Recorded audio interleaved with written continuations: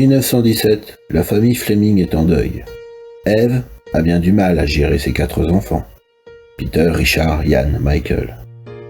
Pour ne pas se retrouver seule, elle est alors accueillie chez les grands-parents, Robert et Katie, dans leur domaine de Joyce Grove, à Nettlebed, dans l'Oxfordshire. Une aile entière du château, domestique compris, sera à leur disposition.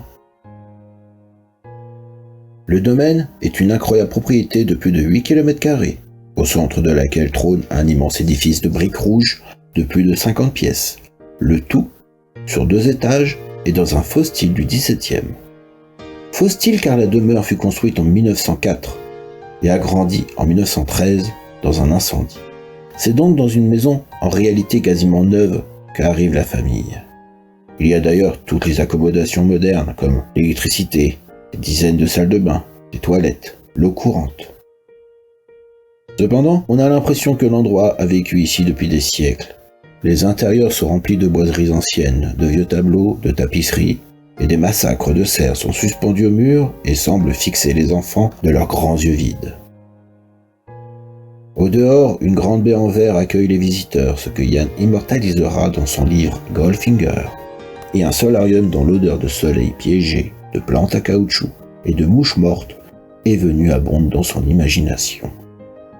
Car Joyce Grove n'est rien d'autre que The Grange, la bâtisse dorée Goldfinger dans son fameux roman. Un endroit lourd, laid, du début du siècle et qui n'est jamais apparu dans les films. Toute cette mise en scène saute aux yeux du jeune Ian comme la plomberie du château, car lorsqu'il ouvre le robinet, pourtant neuf, il en ressort une eau boueuse au relent d'œufs pourris, ainsi qu'un vacarme de tous les diables. Joyce Grove est remplie d'allusions à l'héritage familial, au clan, à l'Écosse, au sang, avec en haut du grand portique d'entrée les lettres du clan Fleming.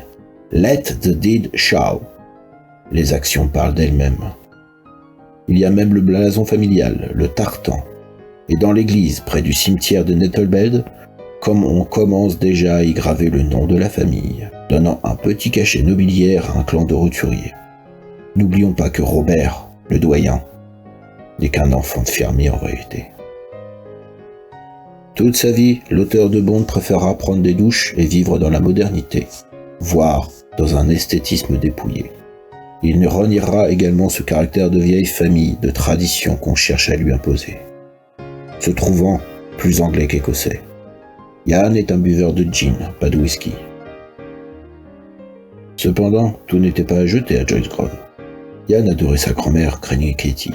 C'est elle qui lui fait découvrir un sport devenu emblématique du personnage, le golf. Ils jouaient très souvent ensemble sur un parcours attenant à la propriété. Et Katie prenait souvent la défense du jeune garçon vis-à-vis de sa mère, qu'elle trouvait trop directive, trop exigeante avec son fils. Sans conteste, Katie adorait Ian, malgré qu'il fût toujours un petit peu à part dans la famille. Ce ne sera qu'au crépuscule de sa vie que Ian s'intéressera enfin à ses origines. Et pour l'écriture d'Au service secret de Sa Majesté, il ira à la rencontre d'un véritable généalogiste, Robin de la Laine Mirrlees, le véritable dragon rouge ou sable basilic du roman. Ce dernier recherchera ses ancêtres et fera même son arbre généalogique, et ce, bien avant le tournage de Dr. No. Fleming donnera alors une racine écossaise à son héros, et peut-être aussi fera-t-il la paix avec la sienne. Est-ce une coïncidence si Blofeld recherche par tous les moyens d'accéder à la noblesse, et qu'il revendique instamment ses racines de Bleuchamp ou de Bleuville? Alors que Bond lui-même n'en a que faire de cette généalogie. Les deux ennemis sont un peu comme Ian et son grand-père face à la gestion de leurs origines. Je le sens bien dans mes veines, dans ma moelle et ma chair. J'ai bien peur que le collège héraldique veuille avoir plus de preuves concrètes. Et puis Joyce Grove ne sera pas le seul domaine familial qui lui rappellera l'Écosse. Car justement une autre demeure est le symbole de tout ce qu'il déteste, et qui sera mis à l'honneur dans le film Skyfall. En 1908, Robert achète un autre manoir, récemment construit aux abords du loch Etive, en Écosse. Il est implanté dans une région sauvage, à juste quelques lieues de Glencoe, dans une forêt de cerfs pour la chasse, des rivières de truites pour la pêche.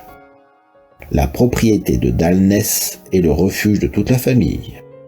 Des hommes comme les femmes y apprennent à tirer et à chasser, à monter à cheval.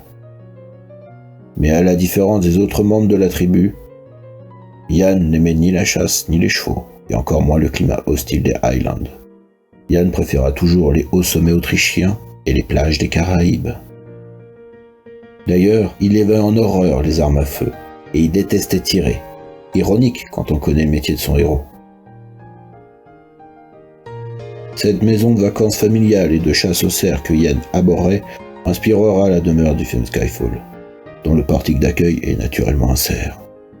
Ainsi, comme le personnage de Bond dans le film, l'auteur aurait très bien pu dire « J'ai toujours détesté cette baraque. » Le lieu restera dans le domaine familial jusqu'en 1964, à la mort de Ian. À présent, il appartient au National Trust for Scotland, mais Skyfall, la maison ancestrale de Bond dans le film du même nom, n'était qu'en réalité un plateau de tournage construit à Hinkley Common, dans le Surrey. Lors du décès de Robert en 1933 puis de Cathy en 1937, la succession et toute la fortune du millionnaire furent léguées en grande majorité à son fils Philippe et à ses sœurs, ne laissant quasiment rien à Eve et à ses enfants. Le grand-père avait jugé que les 250 000 livres donnés à son fils de son vivant étaient tout à fait suffisants comme héritage.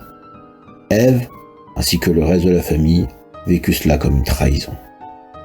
Un grand-père millionnaire déshéritant sans aucune raison ses petits-enfants. Cela ne se fait pas.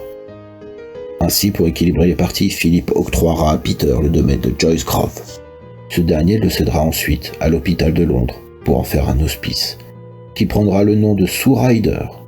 Et oui, comme l'héroïne de Dr. No, Onisha Ryder. Les lieux servirent beaucoup au tournage de séries d'époque, telles que les Agatha Christie ou les Hercule Poirot. Il remplacera même Bletchley Park dans le film Imitation Game. Une fois par mois, l'établissement médical de Sue Ryder ouvre ses portes pour une vente aux enchères caritatives. Ce qui vous donnera peut-être l'occasion un jour d'entrer dans la propriété et d'observer un peu plus près le manoir de Goldfinger.